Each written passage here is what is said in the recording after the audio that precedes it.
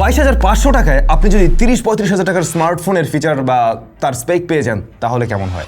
এই যে স্মার্টফোনটা দেখছেন এটার দাম মাত্র 22,500 টাকা, but Qualcomm Snapdragon 7S Gen 2 রয়েছে এই যুগে এসে এই সময় দাঁড়িয়ে 22,000 টাকায়। দেন এই স্মার্টফোনটার ডিসপ্লেটা LTPO প্যানেল দেখছেন না, এটা ফুল এইচডি প্লাস রেজলিউশন না, তার চাইতেও বেশি।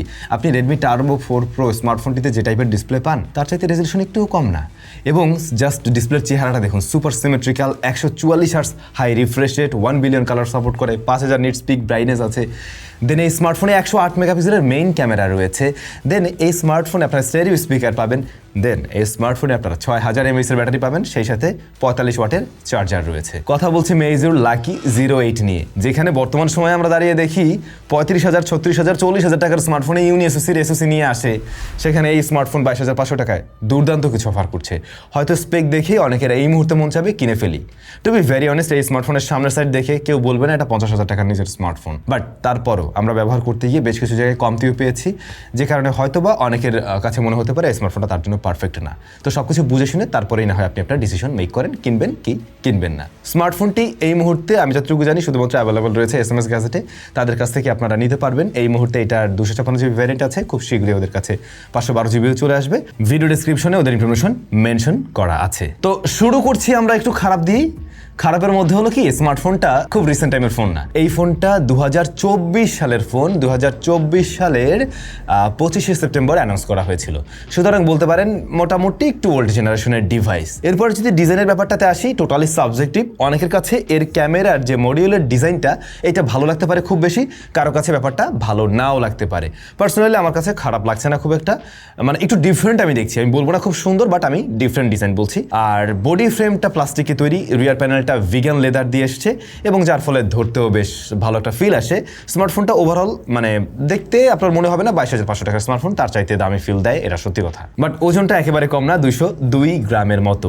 এর যে হোম বাটনটা এইটা আবার রাখছে ওরা রেড কালার, যার ফলে একটা কন্ট্রাস্টি ভাইব ক্রিয়েট করছে, খারাপ লাগছে না এটা। আর হ্যাঁ, এই সুন্দর স্মার্টফোন শুধুমাত্র কিনলে তো চলবে না, নিজেকেও দেখতে সুন্দর লাগতে হবে, সেই সাথে মানে নিজের আই প্রোটেকশনের জন্য সানগ্লাস দরকার। আর দারুণ সব স্টাইলিশ সানগ্লাসগুলো পেয়ে যাবেন আমাদের টাইজোতে। ভিডিও ডেসক্রিপশনে আমি টাইজোর লিঙ্ক দিয়ে দিচ্ছি। টাইজোতে এখন আপনারা লাইফস্টাইল অন্যান্য প্রোডাক্টের পাশাপাশি সানগ্লাসও পাচ্ছেন। চলেন, ডিসপ্লেটা নিয়ে কথা না বলতে পারলে ভালো লাগতেছে না আমার। ডিসপ্লেটা ভাই সেই লেভেলের, এটার সাইজ হলো 6.78 ইঞ্চ LTPO প্যানেল। আপনি আমাকে 22,500 টাকায় LTPO আছে এমন কোনো প্যানেল দেখাতে পারবেন? অসম্ভব ব্যাপার, এই যুগে তো একেবারেই অসম্ভব। সো এটাতে আপনারা LTPO প্যানেল পাচ্ছেন। তার চাইতে বড় ব্যাপার হলো ডিসপ্লেটার চেহারাটা জাস্ট একবার দেখেন, মানে সুপার সিমেট্রিক্যাল এই বাজেটে, যা একেবারেই অ্যাবনর্মাল। দেন 1 বিলিয়ন কালার সাপোর্ট করে, 144 হার্টজ হাই রিফ্রেশ রেট রয়েছে। যদিও আমরা জানি আমরা 120 হার্টজ পর্যন্ত পেলেই খুশি, এবং ওটাই পাবো মোস্টলি, আমাদের টেস্টিংও ঠিক তাই আসছে। 5000 নিটস পিক ব্রাইটনেস রয়েছে এই ডিসপ্লেটাতে। আর রেজলিউশন আমি বলছিলাম বেশি, 1264x780। সো রেজলিউশনে বেশি পাচ্ছেন। তবে ডিসপ্লেতে একটা ইস্যু বলা যায়, যেটা হচ্ছে যে লাইট সেন্সর যেটা রয়েছে। তো সামটাইমস আমাদের মনে হলো যে কোনো শ্যাডো এরিয়াতে বা হঠাৎ করে হাত চলে আসলে ডিসপ্লেটা বেশি ডার্ক করে ফেলছে বা বেশি ডিম করে ফেলছে, যে জিনিসটা একটু ইয়ার্ড লাগছে। বা এটা আরেকটু মানে এত বেশি ডার্ক না করে, অথবা আপনারা একটা কাজ করতে পারেন, অটো মোডটা বন্ধ করেও রাখতে পারেন, সেক্ষেত্রে এই সমস্যা ফেস করবেন না। আবার যেহেতু স্মার্টফোন কিনছেন 23,990 টাকায়, সো ওই জায়গা থেকে মনে হয় একটু কনসিডার করা যায়। বাট এটা সব কয়টা ইউনিটে কিনা এটাও আমরা কিন্তু শিওর না। বাট এই স্মার্টফোনটার 512GB ভ্যারিয়েন্ট আসলে ওটা নিয়ে আমরা বিস্তারিত আরও একটা মানে দীর্ঘদিন ব্যবহার করার পরে একটা রিভিউর যে ব্যাপার থাকে ওইটা আমরা শেয়ার করব। যদি কেউ এই মুহূর্তে না কিনতে চান চাইলে ওয়েট করতে পারেন, কারণ এই ফোন আমাদের কাছে এসেছে সত্যি বলতে বেশি দিন না, মাত্র 4 দিনের পরে আমরা এই ভিডিওটা দিচ্ছি।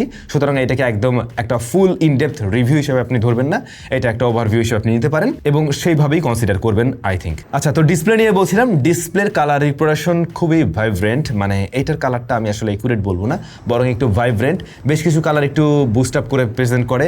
ইভেন আমি এটাতে 4K এর 60 FPS এর ভিডিও ইউটিউব থেকে প্লে করে দেখেছি, একেবারে ল্যাগ ফ্রি ভাবেই রান করতে পারছে। অনেক স্মার্টফোনের সাপোর্ট নেয় কিন্তু লেগে থাকে, এটার ক্ষেত্রে আমরা ওই জাতীয় কোনো প্রবলেম ফেস করিনি। ইনডোর আউটডোর বোথ জায়গায় দেখতে কোনো সমস্যা হয়নি আমাদের, অর্থাৎ ব্রাইটনেস নিয়ে কোনো প্রবলেম পড়তে হয়নি। তাছাড়া টাচ রেসপন্স একদম পারফেক্ট আছে। চলুন এবারে তাহলে একটু পারফরমেন্সের দিকে যাই। আমি শুরুতেই বলছিলাম কিছু জায়গায় কমতিও আছে, পারফরমেন্সের এসএসসি নিয়ে বলছি না। এই স্মার্টফোনটা এই মুহূর্তে আপনি রান করতে দেখবেন Android 14-এ। সো Android 14 আপনি এই যুগে এসে হয়তো আশা করবেন না কোনোভাবেই, আপনার মনে হবে Android 16-এর যুগে আমি কেন 14-এ যাচ্ছি। এই স্মার্টফোনটা সেই 2024 সালে, তখন 14 দিয়ে আসলে ওটা স্বাভাবিক ছিল, বাট আমরা কোনো আপডেট আসতে দেখিনি। এখন এই মুহূর্তে দাঁড়িয়ে আদৌ মেজর আপডেট আসবে কি না সেইটা একটা প্রশ্ন থেকে যায়। তো সেই ক্ষেত্রে আপনার স্মার্টফোনটা লেটেস্ট অ্যান্ড্রয়েডে হয়তো রান করবে না। সব ধরনের অ্যাপ্লিকেশন চলছে, সেটা নিয়ে কোনো আপত্তি নেই, সমস্যাও নেই, কিন্তু স্টিল ডে বাই ডে তো আপনার ফোনকে আপডেটেড হতে হবে। এখন এটা 2024 সালের ফোন হিসেবে অবভিয়াসলি আমরা এটাতে অ্যান্ড্রয়েড 15 পেতে পারি, বা মিজুর মতো একটা কোম্পানি আপডেট দেওয়ার কথা, সেটা ঠিক আছে। আমরা সফটওয়্যার আপডেট আসতে দেখছি, এই স্মার্টফোনটা তবে এসছে, কিন্তু মেজর আপডেটের ব্যাপারটা কি হবে সেটা নিয়েই হচ্ছে গিয়ে সন্দিহান। কারণ এই ব্যাপারটা একটু আপনি মাথায় রাখতে পারেন।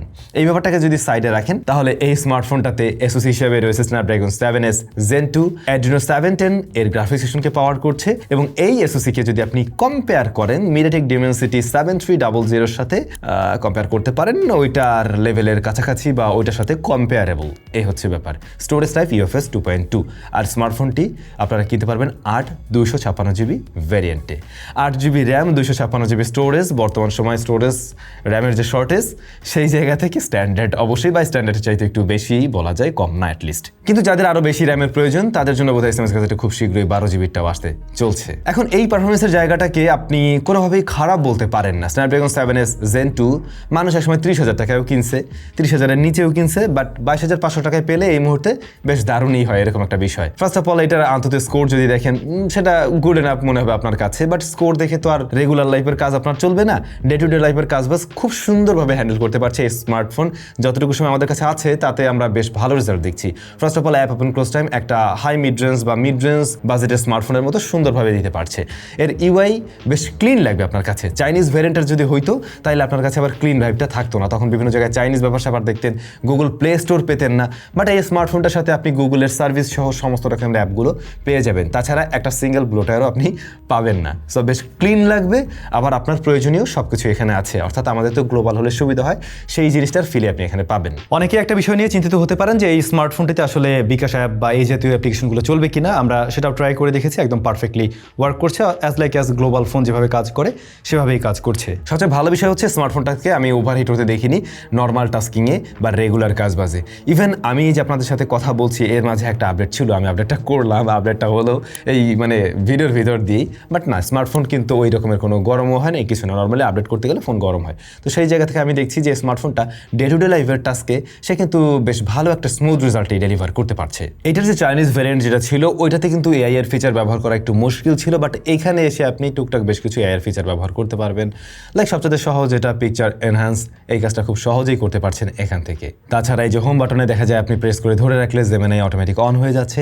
এ জাতীয় বেশ কিছু সুবিধা পাবেন যেগুলো নর্মালি আমরা গ্লোবাল ডিভাইসে বা বর্তমান সময়ের স্মার্টফোনগুলোতে পেয়ে থাকি। মাল্টিটাস্কিংয়ে ভালো রেজাল্ট দেয়, মানে ওদের র্যাম ম্যানেজমেন্ট ভালো। আপনি মাল্টিটাস্কিং অ্যাট এ টাইম বেশ কিছু অ্যাপ্লিকেশন নিয়ে কাজ করতে পারবেন। তাছাড়া 8GB র্যাম রয়েছে, যেটাও আমার কাছে গুড এনাফ মনে হয়েছে। তবে এটার সাথে মানে নিজস্ব কোনো গ্যালারি নেই, যে জিনিসটা মানে যাচ্ছে না। গ্যালারি আছে বলতে এই যে ফটোস, গুগলের ফটোস যেটা রয়েছে ওটাই দেওয়া আছে, জাস্ট মানে ওরা এখানে ধরে গুগল ধরে দিয়ে দিছে এবং ওইভাবেই আছে, যে কারণে আপনি ওভারঅল রেজাল্ট বেশ স্মুথ পাবেন। বাট আপনার কাছে মনে হবে যে আরেকটু কাস্টমাইজড ভ্যারিয়েন্ট হলে পরে হয়তো আরেকটু সুন্দর লাগতো অনেকের কাছে। এই ফোনটা দিয়ে টুকটাক গেমিংও করা যায়। সুপার স্মুথ এক্সট্রিমে আপনারা পাবজির মতো গেম প্লে করতে পারবেন এবং বেশ স্টেবল একটা রেজাল্ট দিচ্ছে, স্মুথ রেজাল্ট দিচ্ছে। লং রানেও আমি খুব একটা হিট জেনারেট করতে দেখিনি না। একদম মানে গেমিং এর জন্য চয়েস করবেন এরকম ব্যাপার ঠিক না, কিন্তু এই প্রাইস সেগমেন্টে এই মুহূর্তে যে ধরনের ডিভাইসগুলো রয়েছে তাদের সাথে কম্পিটিশন নিতে গেলে ডেফিনেটলি এটা একটা বেটার আউটপুট দেয়। আর যারা ফ্রি ফায়ার খেলেন তারা তুলনামূলকভাবে আরেকটু বেটার আউটপুট পাবেন, বিশেষ করে স্মুথনেসটা আপনার কাছে পাবজির তুলনায় বেটার মনে হবে।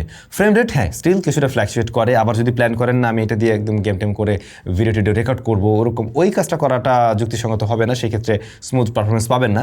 বাট নর্মালি গেম প্লে করলে আপনি এটা দিয়ে দেখা যায় যে একটা মানে সময় কাটানোর মতো একটা আউটপুট পাবেন আর কি। আসলে এই ডিভাইসটা আমাদের হাতে আছে 4 দিনের মতো, আপনারা জানেন, একটু আগে আমি বলছিলাম। তো এই 4 দিনে এর পারফরমেন্সের যে জায়গাটা দেখলাম সেটা সত্যি আমাদের কাছে একদম পারফেক্ট মনে হয়েছে। এটা নিয়ে কমপ্লেন করার মতো আমি সুযোগ দেখছি না। তারপরও যেহেতু আমি বললাম যে এই স্মার্টফোনটার 12GB ভ্যারিয়েন্টও আসতেছে, ইভেন এই ফোনটাই আমার কাছে থাকবে আরও কয়েকদিন আমরা ব্যবহার করে, সেটা হতে পারে 10 দিন বা 7 দিন, তারপরে আমরা আবার একটা ভিডিও দেওয়ার ট্রাই করবো যাতে করে আপনাদের বুঝতে আরও বেশি সুবিধা হয়। চাইলে আপনি সে সময়ের জন্য ওয়েট করতে পারেন। চলেন এবার আমরা একটু ক্যামেরাতে আসি। 108 মেগাপিক্সেলের তো মেইন ক্যামেরা আছে, পরবর্তী শুটার হচ্ছে 2 মেগাপিক্সেলের শুটার যা ম্যাক্রো, ফ্রন্ট ফেসিং ক্যামেরা 8 মেগাপিক্সেলের।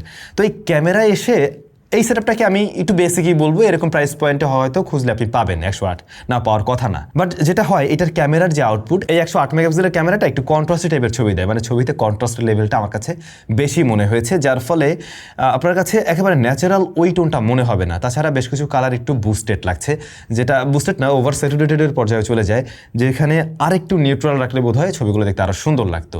আর ছবিগুলো মানে যদি প্রপার লাইটিং কন্ডিশনে নেন তাহলে শার্পনেস ডিটেল আপনি মোটামুটি ভালো পাবেন, এমনকি একটু জুম করে 2x জুম করেও ব্যবহার করার মতো, বাট লো লাইট এরিয়াতে এটার ছবি খুব একটা দারুণ হয় না। ইভেন আপনি লো লাইটে নাইট মোড অন করলেও আমার মনে হয় না যে একদম দারুণ আউটপুট পাবেন। সেই ছবিগুলো অনেকটাই সফট এবং গ্রেনও থাকে। তাছাড়া এক্সপোজার কন্ট্রোলিংয়েও একটু ইস্যু আছে। যদি এই বাজেটের এই ম্যাক্সিমাম স্মার্টফোনের সাথে কম্পেয়ার করেন তাহলে খুব সহজেই কম্পেয়ারেবল, এটাও আবার সত্যি। অন্য জায়গাগুলো অনেক বেশি ভালো করছে, তো এই জন্য আমি এসে বলছি যে এই জায়গাটায় কিছুটা কমপ্লেন করার মতো সুযোগ আমি দেখি আর কি। কিন্তু মেইন ক্যামেরা আপনি আবার ভিডিও রেকর্ড করতে পারবেন 4K 30 FPS আর 1080p আপনি 60 FPS রেকর্ড করতে পারবেন। এই জিনিসটা আবার কিছুটা এগিয়ে রাখে অনেকের চাইতে। ভিডিও কোয়ালিটি অ্যাভারেজ হিসেবে আমি ধরে নিতে পারি। ফ্রন্ট ফেসিং ক্যামেরায় ভিডিও রেকর্ড করা যাবে সর্বোচ্চ 1080p 30 FPS, এটাই সর্বোচ্চ। ভিডিওটা আপনার কাছে বেশ কিছুটা সফট মনে হবে। ফ্রন্ট ফেসিং ক্যামেরা ভিডিওর জন্য খুব একটা দারুণ নয়। তাছাড়া ছবি তুলতে গিয়েও দেখলাম ফ্রন্ট ফেসিং ক্যামেরায় বেশ কিছুটা সফট টাইপের ছবি দেয়, সেটা ইনডোরে আউটডোরেও। এটা আরেকটু বেটার বা আরেকটু ওয়েল ডিটেলড হলে পরে ঠিকঠাক লাগতো আর কি। সো এইখানে একটু কমপ্লেন করার মতো সুযোগ আমি দেখছি। বাকি ছিল পোর্ট্রেট। আপনারা 1x পোর্ট্রেট তুলতে পারবেন। পোর্ট্রেট ছবিগুলো একটু সফট করে প্রেজেন্ট করে, যেটা আমরা দেখছি। বিশেষ করে স্কিনটাকে একটু স্মুথ করে দেওয়ার প্রবণতা বেশি মনে হয়েছে, সেটা ভালো লাইটিং কন্ডিশনও। তাছাড়াও ব্যাকগ্রাউন্ড ব্লারনেস বা এজ ডিটেকশনে টুকটাক মিসম্যাচ পেয়েছি। স্মার্টফোনটিতে স্টেরিও স্পিকার রয়েছে। যারা মাল্টিমিডিয়া কনজাকশন করেন বলছিলাম, তাদের জন্য এটা খুবই দারুণ খবর, ভালো লাগার কথা। সাউন্ড কোয়ালিটি ভালো এবং fingerprint scanner, optical, under display, এটা মোটামুটি ফাস্ট অ্যান্ড অ্যাকুরেট। পারেন্টেড না লাগলে মানে খুব একটা ডিলে হবে না। 6000 mAh এর ব্যাটারি, 45 ওয়াটের চার্জিং সিস্টেম। এই কম্বো একেবারেই স্ট্যান্ডার্ড এই জায়গার জন্য। স্মার্টফোনটা একদিনের মতো চালাতে পারবেন ঠিকঠাকভাবে। 8 ঘন্টা প্লাস বা 8 ঘন্টার আশেপাশে এসওটি পাওয়া যায় রেগুলার ইউসেজে। এটার হ্যাপটিক ফিডব্যাক ভালো। এটার নেটওয়ার্ক রিসিপশনে কোনো ধরনের প্রবলেম ফেস করতে হয়নি, যেহেতু গ্লোবাল ফোন।